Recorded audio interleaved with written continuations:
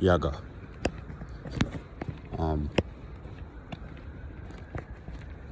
Kindred spirits, the sentient ones. I just had a thought and I wanted to just lay this down in a video stream of consciousness, and it's about modern dating and the current state of play in society at the moment.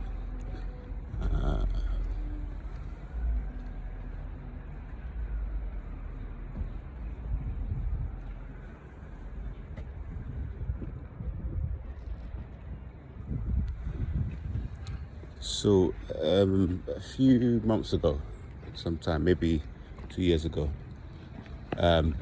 my local gym, I went to a class which I enjoyed, and after going to this class a number of times, so you have to make a partner. So after I'd seen this lady a few times, we struck up a friendship and we started to be a team. We started to be partners for this class, and during the class when we were partners, we always somehow won, as in we got the highest score from like doing certain tasks the fastest times, or being the strongest on certain or doing the most, I think it was reps. Like there was different kinds of exercises, like jump on this box and throw a ball up, and you had to count. We were always the highest, and we would always cheer each other on. Yeah, go on, go on.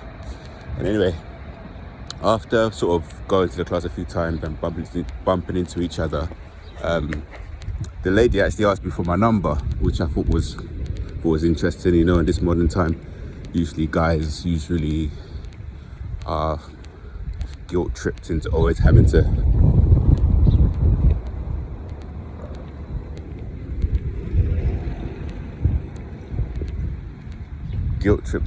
make the first move. I think in modern times, I think a lot of these old kind of ways of doing things, I think a lot of them can be put to bed. I think especially with the rise of feminism and all these things, and how women are actually outperforming men and have a lot of, have the same competency levels, if not higher than men. I don't see the problem with women leading certain areas in certain interactions. So she took my number and she texted me, when I wanted to go to the class, and we would meet up and go to the class. And I think we did maybe 2, not just gym dates. So we just went to the gym and we worked with each other, and I gave her certain exercises to do. She gave me certain exercises to do. I gave her certain stretches. We were having a nice time. And then one day she actually texted me. She was like, do you want to meet up for a drink? I think it was, or go for a coffee or something. And I had my phone in my hand when the text came in. So I was like, okay, yeah, why not? Sure. So I think I gave it 3 minutes. So it wasn't like within a minute or something. I gave it like 3 minutes, maybe even 5, and sent the response. I sent the response through, and after I did this, it just went cold. Everything went cold.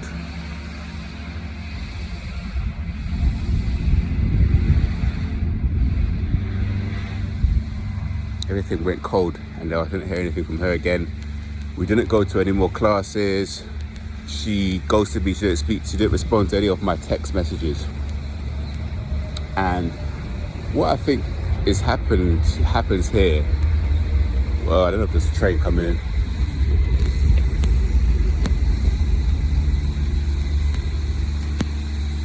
Sometimes they pick up on your resonance or your energy, on that frequency that we're giving off, all of us. But also, I think a lot of what we see in modern times is the rise of narcissism. So there is a non-spoken battle of who has more power or who has more leverage in relationships, in interactions, in dating.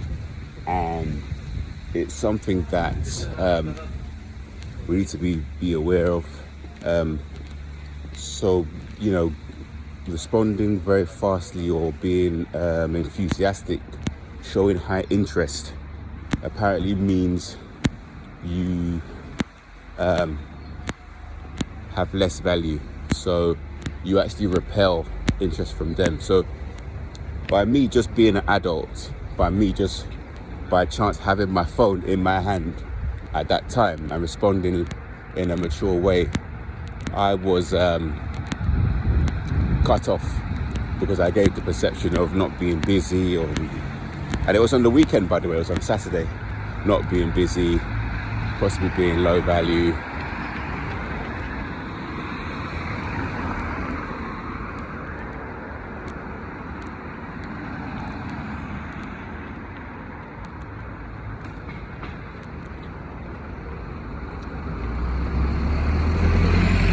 So the interaction ended like that. I didn't speak to her again. I think some months later we might have bumped into one another, and I think she said she had moved or something. I can't remember too well what happened with that one. But this is prominent in today's world in terms of how a lot of these narcopaths are, looking, testing you.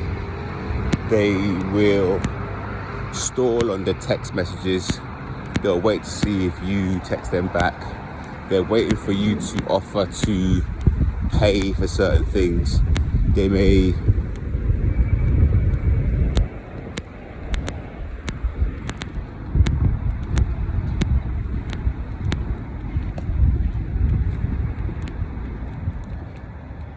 lie about certain things.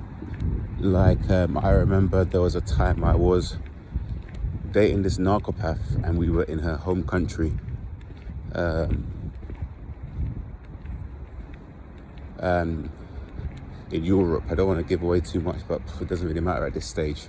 And we wanted to buy these sandwiches, souvlaki. So I don't know if that's going to link where we were in the world.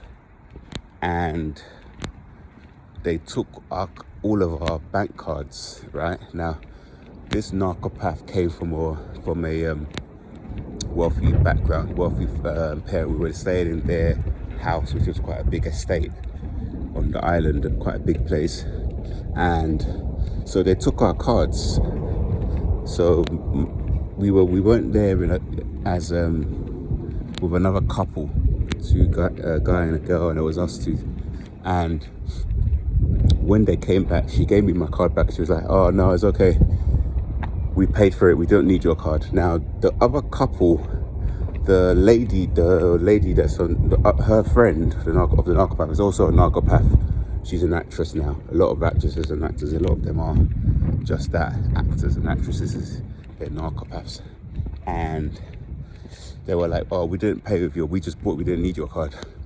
And what happened was they took our pins, both from ours, and they went to the cash point and they checked how much money we all had. And then they were like, "Oh, he doesn't have any money, let's buy it." Otherwise they would have just used our cards and individually paid for the sandwiches, or bought the sandwiches. And why I think this was the case is that the behavior of them when they came back was not normal. They were sort of laughing and being playful and joking around. And at the end of this trip, actually, there was an event that happened where I became quite drunk. So I went back to the hotel and they stayed out. So the narcopath stayed with the other narcopath couple. And the next day they were really close and joking around. And I didn't clock on at the time, but looking back, I'm pretty sure that they had a threesome. let that sink in. They ended up, the couple, I woke them up. I had to go to their room for some reason. I don't know what I had to go and collect from them. But they were in bed. And they were both not clothed. They were naked, both of them. And the narcopath was fully clothed. And she said she had jumped in our room via their balcony, and she was fully clothed. It was extremely hot outside, and she started to jump and she made an argument out of thin air with me, how I locked the door.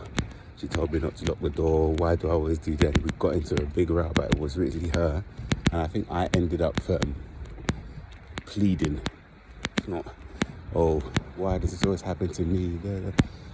You never listen, like it.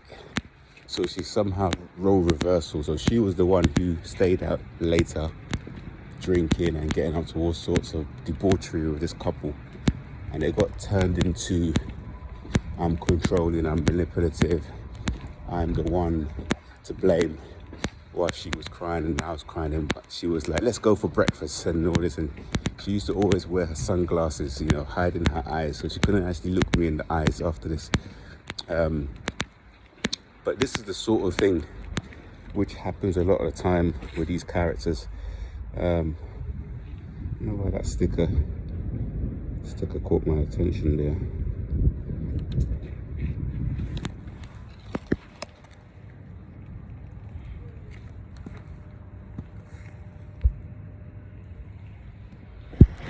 Sticker caught my attention. With a reflective design. Yes, she turned it around onto me. Okay, so I kind of jumped a bit on this. So talking about dating. So with these narcopaths, a lot of hypergamy is going on. So hypergamy is where, on an evolutionary standpoint, usually on the case of women, they're looking for their best mate, so their strongest, most competitive person to reproduce with. So they're looking for a man who can protect them, can provide, to make sure that their offspring has a better chance of survival. But in this modern time, women don't need men to work and provide money for them. Women don't need men to defend them from another big mighty caveman who's coming to kill their offspring and take them into slavery. So, but it's something that is still operating us on an animalistic level. So I do understand it. Yeah, in dating, the same thing is happening on both sides because of obviously access via social media, DMs everywhere, dating apps. Now, even though you have the choice to do something, does it mean you must exercise that option? Because you're stronger than someone, do you have to bully them? Do you have to take away their lunch money? Because you're a supervisor, must you exercise your will on certain staff members who, you may not like, just because they wear different color shoes or they wear sunglasses you don't like? Do you have to? The answer is no. So given that there's all of these options to make connections with people, that doesn't mean you have to take those options. You still have the free will. You still have the free agency to whether to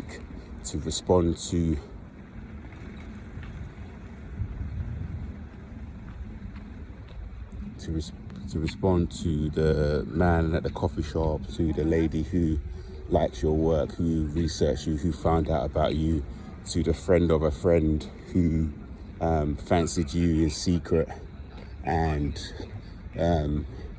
found your details and followed you out of the blue, started messaging you at 2 a.m. You have the choice to not play into these intrigues. So That's one thing that is important. But this is happening both sides. Men are doing the same thing. Men who don't need women to protect them or don't need women's finances are also doing it. So men are looking to, perfume is just sickly. They will find a mate and they'll, find a prettier one.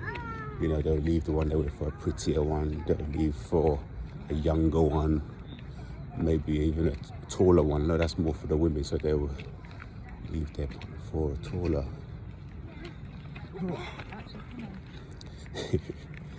Oh. It's okay. No, man.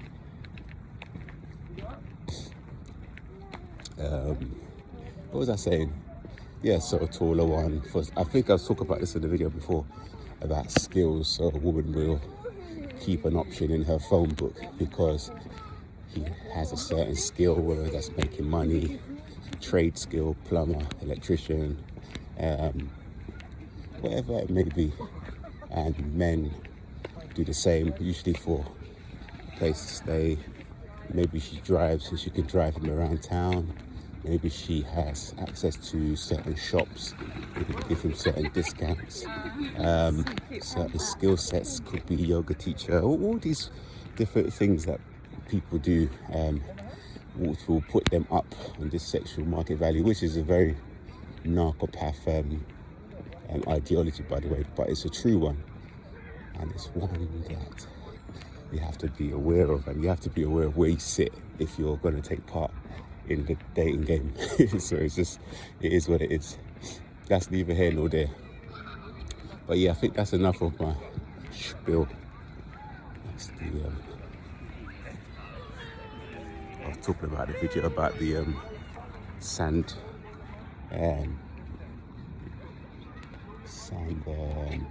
court, sand pit, beach sports area.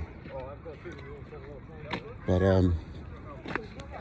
given what I've just said,